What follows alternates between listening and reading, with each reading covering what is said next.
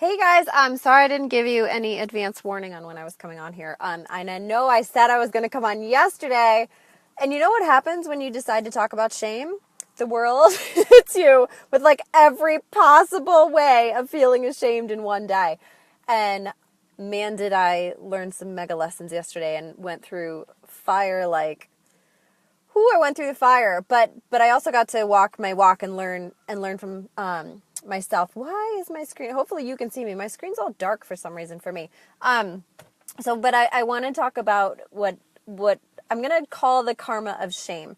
So yesterday, actually the last few days, I've wanted to talk about shame because shame blocks us from doing the things we want to do. It blocks us from showing up fully and showing up confidently, because I believe almost all of us are inherently confident. So there are some people who are lacking in confidence but act confident, and we usually call that arrogance, or the fake it till you make it, which is fine. Those aren't the same thing, by the way. But there are some people who are lacking confidence but can fake it or find it or tap into it for certain times. And there are people who are inherently confident and feel very confident, and that's great. And then there's this middle group of people who probably are confident, but they've learned habits of insecurity and habits of holding back and habits of viewing themselves poorly. And that's really where shame comes in, because I believe that one of the triggers, the thing that's causing us to be in that habit of insecurity, even though we're inherently confident, is actually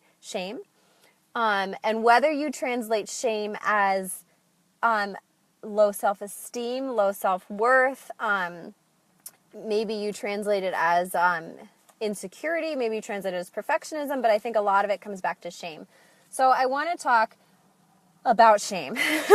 So this weekend it came up for me a lot because I was driving thinking, what am I going to do using the full moon energy? Hey, Pascal. So this weekend I was driving, especially on Sunday, I was driving a lot back and forth to the city I live near, and I was thinking a lot about, okay, this is a full moon. This is a time of transformation. This is a time of letting go and releasing.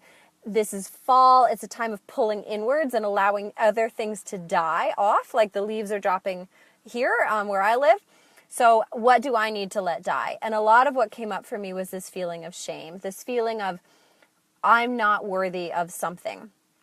Or, more importantly, for me at least, I've done something bad in the past, and that means I'm no longer worthy of success or happiness in the future. And nobody could ever see the true me, because then they'll reject me. So that can come up for people as well, especially in business, which we need to be seen. We need to put ourselves out there. But if we're afraid that actually we're bad people at the core because we're holding on to resentment or anger or mistrust of ourselves from something that happened in the past, then we may be subconsciously holding ourselves back from being seen because we feel like we're not good enough, or that people might discover what a horrible person we are.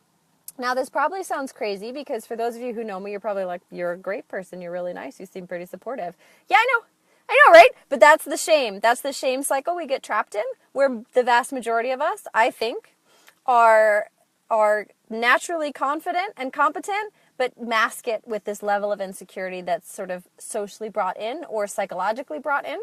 So why I wanted to talk about this in relationship to karma is that yesterday I was having a conversation with a friend who, and I think hands down that support and group support and being seen in a group is actually the way to move through shame, because other people can reflect light back to you, can reflect your true self back to you and give you a different perspective when you're locked in a certain cycle of seeing yourself in a certain way, and they can give you alternatives.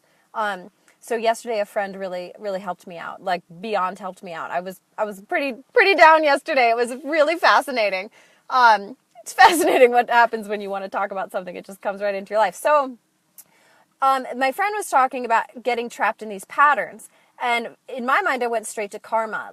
Shame is not, it's not that we're stuck in a pattern of insecurity or stuck in a pattern of perfectionism or low self-esteem because we just want to be that way. It's that once we have that lens, so if I'm seeing the world through the lens of shame about something I did at 15, we'll just give an example here. Say like I said something awful to my mom, and that has somehow imprinted itself that I'm a bad person.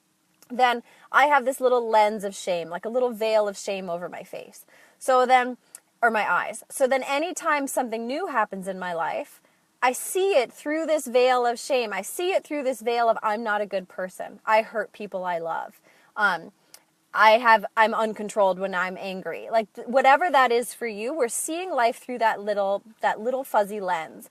And that means we react to circumstances not as they are, but as we perceive them. And that's the karmic cycle. Karma is not about do something good and get something good. It's about responding because your perception is distorted. So when it comes to removing the distorted perception, it's that work of forgiving yourself. It's that work of choosing new beliefs. It's that work of being called out, the work of being called out by other people, by opening yourself to alternative ways of looking at yourself. And then also a lot of this forgiveness work. It's about looking at why you think you're a horrible person, why you think you have to show up perfectly, why you're afraid of being judged, why you're afraid of being seen. So we have to do that deep inner work. Like, where is this coming from? Because that's the karmic aspect of it, right? And that's what's trapping us in this cycle and making us show up in at that superficial level of insecurity when at our core, we're actually quite confident.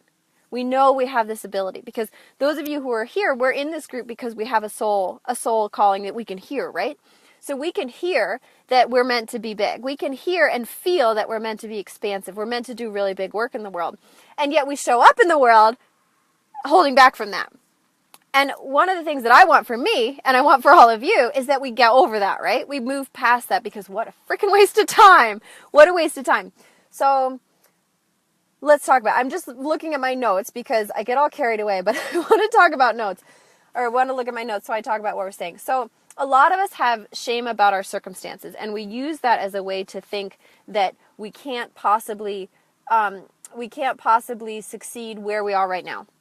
So for many of us, we're starting a business and we know we're competent. We know we have skills to offer, but because we don't make the money that we think would really reflect the level of competence that we feel, we're like, oh, well, that must mean that people see me as incompetent, so nobody could ever find out how much money I make. And then we get into a cycle where you see people in business lying about their income or just being ashamed of their income. So, and I've been in that boat a lot. Like here on one hand, I have this incredible skill, right? This incredible skill, this incredible system experience that nobody else in the world has. There were only 12 of us who created the system in the government, or how many of us created the system in the government. And yet here I am being like, oh yeah, but my income doesn't reflect that. So I couldn't possibly share my message because how embarrassing when people find out that I'm not successful. This actually came up to me today. I had a really high level person reach out to me yesterday via Facebook Messenger and say, I'd like you to join my group. And my gut reaction was like, oh, well, I can't respond because then they'll find out that I'm not at the level they think I am because they see this powerful, confident woman with this incredible thing to offer and this great message. And yet that's not the truth, so I can't move forward. Welcome to the karmic cycle of shame, right? So I'm holding that shame and using income as a reason, or reflected money as a reason why I have to be insecure. But those two things are unrelated. And you may do the exact same thing, but insert something else. So insert, I have a lot of income coming in, but maybe I'm still being supported by my partner. Or, oh yeah, but my ex-husband is still paying for my house. Or, yeah, fine, but actually my parents they bought me a car and all of that. Like, we can use all of these things to punish ourselves and to prove that we're not actually capable. But what we're really saying there is that there's only one valid measure of success. And that measure of success is whatever you insert it to be. So I've clearly made that measure of success money, or, the ability to be completely independent. But what a ridiculous concept, because nobody's ever independent, right? We're all connected to each other. So think about where you have chosen to raise up one measure of success and then use it against yourself to trap you in this karmic cycle of shame. Sorry, it's like a moment to walk by my car. I'm getting all distracted with all these people because they can hear me with the windows open. But why would I be ashamed? There we go. Proving, practicing. So thinking about what measures of success you've used against yourself to trap you in this cycle of shame. So it may be that I can't show up because, and this is a big one, this one came up for a client on Monday night, that okay, I just led this big event. I'm feeling this amazing thing. I know that I'm completely capable of doing this. But after I did this big thing over here, I got exhausted and had to crash for a little bit. And that's a normal cycle, right? We give out energy, we have to crash and reserve energy. We give out energy, we crash and reserve energy. The natural flow of our breath and our bodies is ebb and flow. Expand, condense, expand, condense. But she was using that collapsing phase as proof for why she's never going to be successful, and she can't take herself seriously, and she can't really show up fully, because how embarrassing that she can't withstand that all the time. She can't sustain that all the time. So that was an example of her using her own natural cycle, her own natural body's need to restore and integrate and soften, as a way to hold herself back and feel lacking in confidence.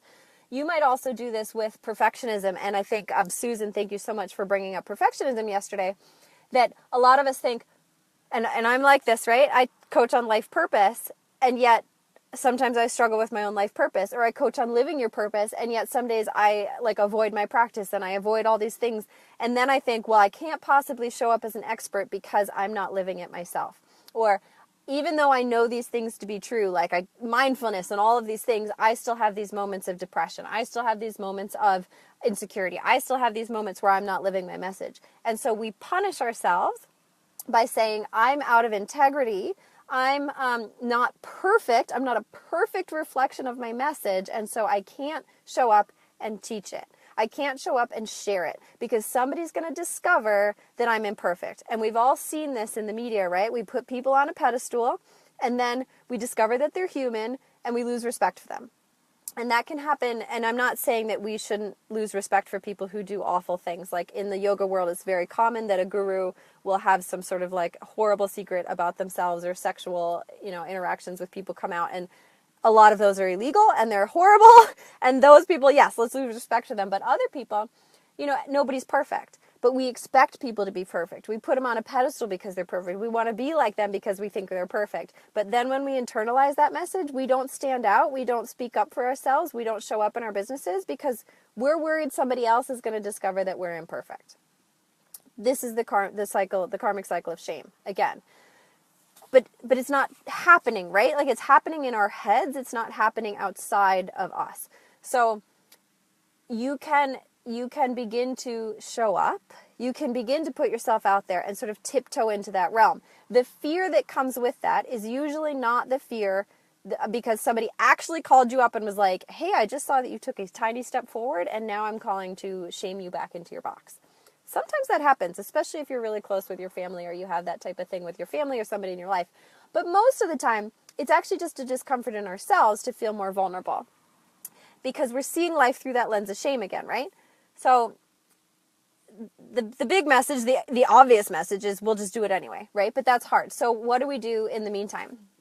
And one of the things that I've discovered is really, really important to me is having these support groups, is having these people around me who can see me beyond that veil that I can't see. So they can point out where my perception is distorted. And that allows me the opportunity to look for other outlets. So if you viewed your distorted perception as a wall between you and what you want, it lets you see the wall so you can figure out how to go around it. And that's really, really key. Sometimes you actually need people to give you alternatives. So when I first started all this personal journey, I'm very hard on myself. I've been very hard on myself probably for a long time. And people would say, oh, be easier, be nicer to yourself. And I finally just lost it on a coach. And I was like, what does that actually mean? You need to tell me what being nice to myself looks like because I don't know what it is. So that's really where the support comes in. So having a group like this, having a mastermind group, having like a really safe program, or maybe you go to a yoga studio or something like that, or a church, like a space where you can feel like you're given alternatives to see yourself in a different light. So that for me is really, really key. Like having a place where I can reconnect to my truth, thanks to somebody else holding that truth up for me, holding that mirror up and saying, this is actually what you look like. Can you start to see that reflection more clearly? Because it's our distorted perception that's keeping us trapped here. Let me see. I'm just checking my notes. So I want to talk about shame here. So I want you to get really clear on some of the things that are what are the areas of shame that are holding you back. And now they may show up with different words. Shame might not resonate with you. But think about what's actually convincing you to hold back. What's convincing you? Is it that you don't feel like you're supported enough? Is it that you feel like, well, if I really fully showed up, people would discover I'm actually not a very good person? Is it that if you got really, really big, you'd have to notice that there's like a little bit of separation between you and what's really true for you, and you're not perhaps living what's really true for you? You have to like accept some things. So some of us have to accept that maybe a relationship we're in isn't good for us, or we've been sort of going with the flow instead of actually sticking up for what we want. So sometimes when we get bigger and we allow ourselves to be seen, that fissure becomes very painful and very obvious. So we'd rather stay small than have to face that truth and take action on it. So that's an area where we're probably also shaming ourselves a little bit. So again, these can be different words and different feelings, but I think that feeling, that overriding habit of holding back because we're afraid of something about ourselves, and that's what I'm calling shame, but it can show up in these different ways. So perfection may be another one. Like, I can't show up because I'm not perfect. I can't show up because this isn't perfect, or I'm going to be misunderstood, or I'm going to be seen wrong, or it's never going to be good enough, or I'll just sort of spin myself in circles and it's never going to be right. So that's a version of shame showing up. The money shame is a huge one, especially in business. Like, how could I possibly show up as powerful when I'm not making any money? As if power and money are the same thing. So think about that. What metric of success are you using to punish yourself, basically, to hold yourself in this space of shame? And I think one of the sort of ways we get stuck in this karmic cycle of shame is because we believe, especially in business, that our business is about success. So I've been really trapped up in this for a long time. And it's just occurring to me through the support of people I really respect and cherish in my life that maybe business isn't about success, because my soul doesn't feel that way. My soul isn't caught up in wanting to, make a certain amount of money or achieve a certain level of things in my life. My soul wants to expand and connect, more particularly for me, connect. So when I think about how I've then translated and put pressure in my life, and like the ego side of me, the side of me that's coming out, it's very much measuring itself based on success, whereas the truth of me is measuring itself based on expansion. Because what I really want is to be creatively expressive, right? Like when we think about our vision and we're like, I can write and I can do this and I can connect with people and I can run a healing center and I have this incredible ability to speak and make an impact on people, that's about expansion. We just call it success.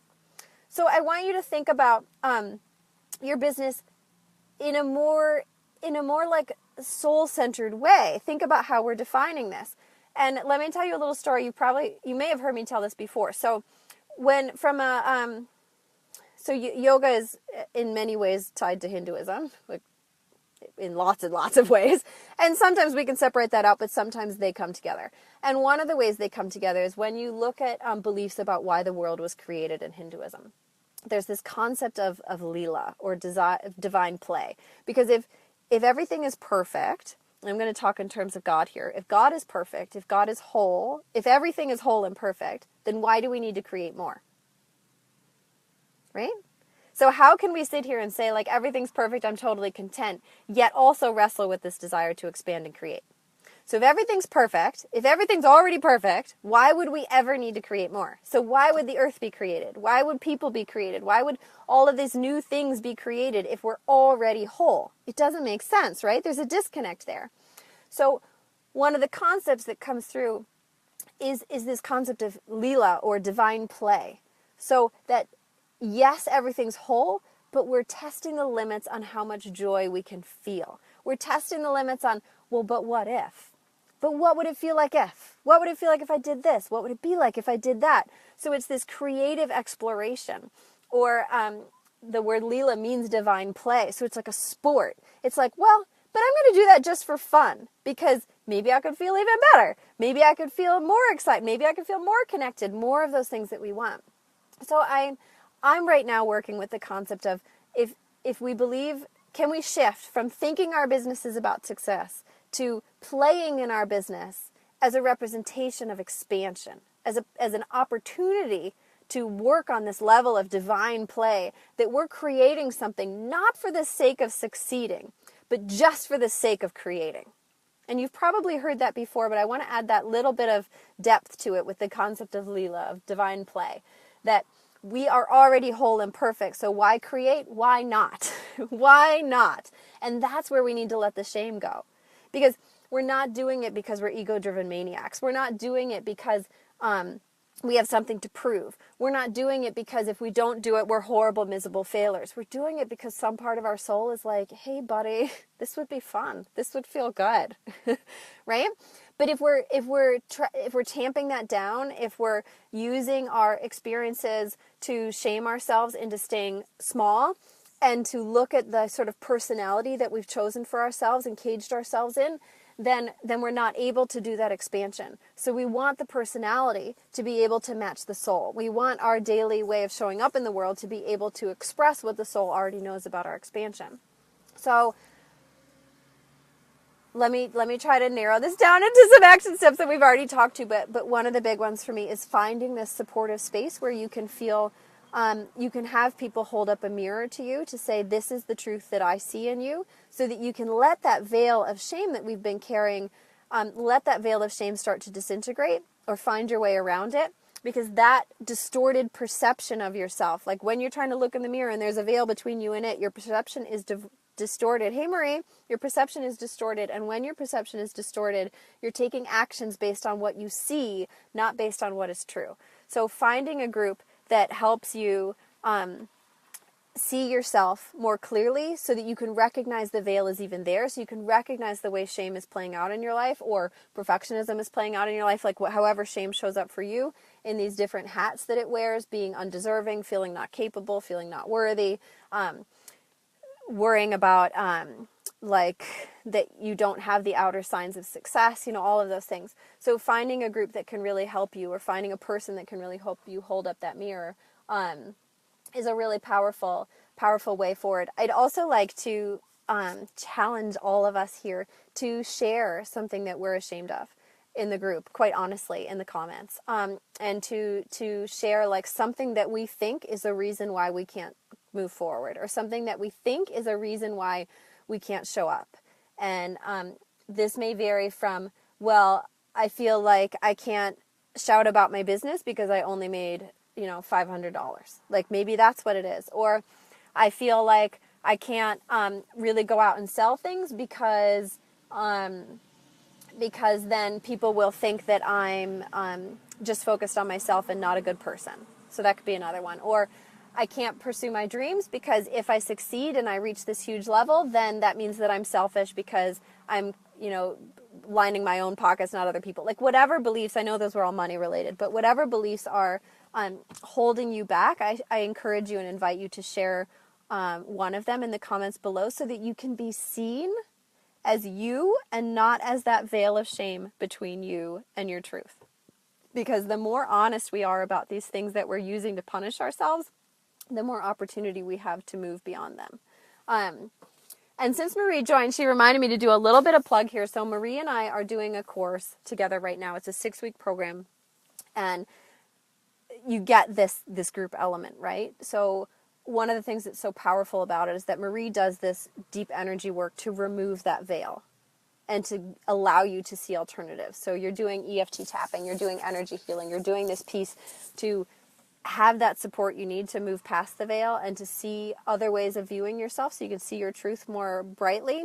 And then the reason we combined is that then I get to do the intellectual portion of talking about your purpose, embracing your confidence, letting go of those patterns of insecurity that we've stuck ourselves in mentally. So you're getting the energetic releasing and alternatives and new way of being, and you get the intellectual sort of mindset side of embracing who you are and letting go of those patterns. So if you're interested, which you should be because it's honestly amazing, I'm going to post the link to it here. But that's one of the reasons why we've combined here, is because this pattern traps us, right? Like sticking behind our veils, that's karma. That's what we talk about when we have karma. And we can talk about karma at each level of chakra, which is related to, the different ways that energies show up in our lives. So some karma is related to security, some karma is related to relationships, some karma is related to communication. But what all of that is saying is that there's distorted ways that we see ourselves and we see the world based on experiences we've had.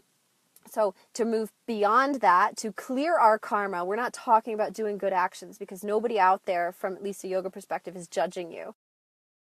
One's bad. To release our karma, to clear ourselves, to make ourselves more free, we're talking about seeing our truth reflected in the mirror at us. And the way that we get to that truth is by removing that veil. And we remove that veil with support of other people, because if we don't even know the truth is there, how are we going to see it? So we can do it in meditation. We can do it with other people shining that light at us and verbally saying, this is who I see you as, which is the power of coaching, right? This is why coaching is so significant. And if you're unconvinced, if you're a coach yourself and you're not sure if coaching is valuable, it is so valuable, because this is why you're showing other people their truth. And you're asking them to see it and embrace it and acknowledge it, so that they can make other options about how they live in their lives. Nothing compares to that. You're literally giving people back their soul. You're giving them back what is rightfully theirs, right? That expansive feeling of potential in themselves. So you get to do that process, and then also to remove the veil, we've got to do the forgiveness, because especially when that veil is, I'm not good enough, that veil is, I'm ashamed of myself, that veil is, I've done something awful in my life, that veil is, I'm barely holding it together, so how am I supposed to seem so confident? We've got to get that junk out of the way. We just have to. So finding support for that process, finding tools for that process is invaluable. And that's why we're here. That's why we're here together. That's why we're here as coaches doing our Dharma. So Dharma is the work that you have in the world, serving your purpose, expanding into your purpose. That's why we're doing our work. But our work on a really deep individual level, all of our work is to clear this karma, is to clear these distorted perceptions and see ourselves clearly. So, I'm getting all carried away. This is very exciting. So in the short term, I'd love you to look at this program Maria and I are doing. I didn't come on here to talk about sales, so I don't want to push that too hard and make it a sales conversation, but it's so valuable, because we're doing both these parts of it, right? We're doing this intellectual part, this coaching aspect where you see yourself more clearly, and then we're doing the deep energetic releasing and replacing of that veil that's distorting your perception, and allowing you to then embed beliefs that support the clearness of the mirror and who you really are. So it's it is an amazing program, right? Like, it's both sides of the spectrum, and it's full being support, so that you can really move beyond this cycle that you've been stuck in, and start to show up clearly and fully embodied in who you are and who you want to be, and who, we know that you are, right? Like, your soul already knows this truth, so let's let it expand, and get yourself the support you need to expand. So in the short term, I really, really recommend this program. It's 6 weeks. I can post more information about it. And in the long term, really think about the power of this support. Like, it can't be understated to have that reflected back to you, and to gain alternatives for how to be in the world. And then in the uber short term, I'd like you to post below and share something that feels like you've been using to hold yourself back. So Susan, thank you. Yesterday you talked about procrastination as a way of holding yourself, or not procrastination, perfectionism as a way of holding yourself back.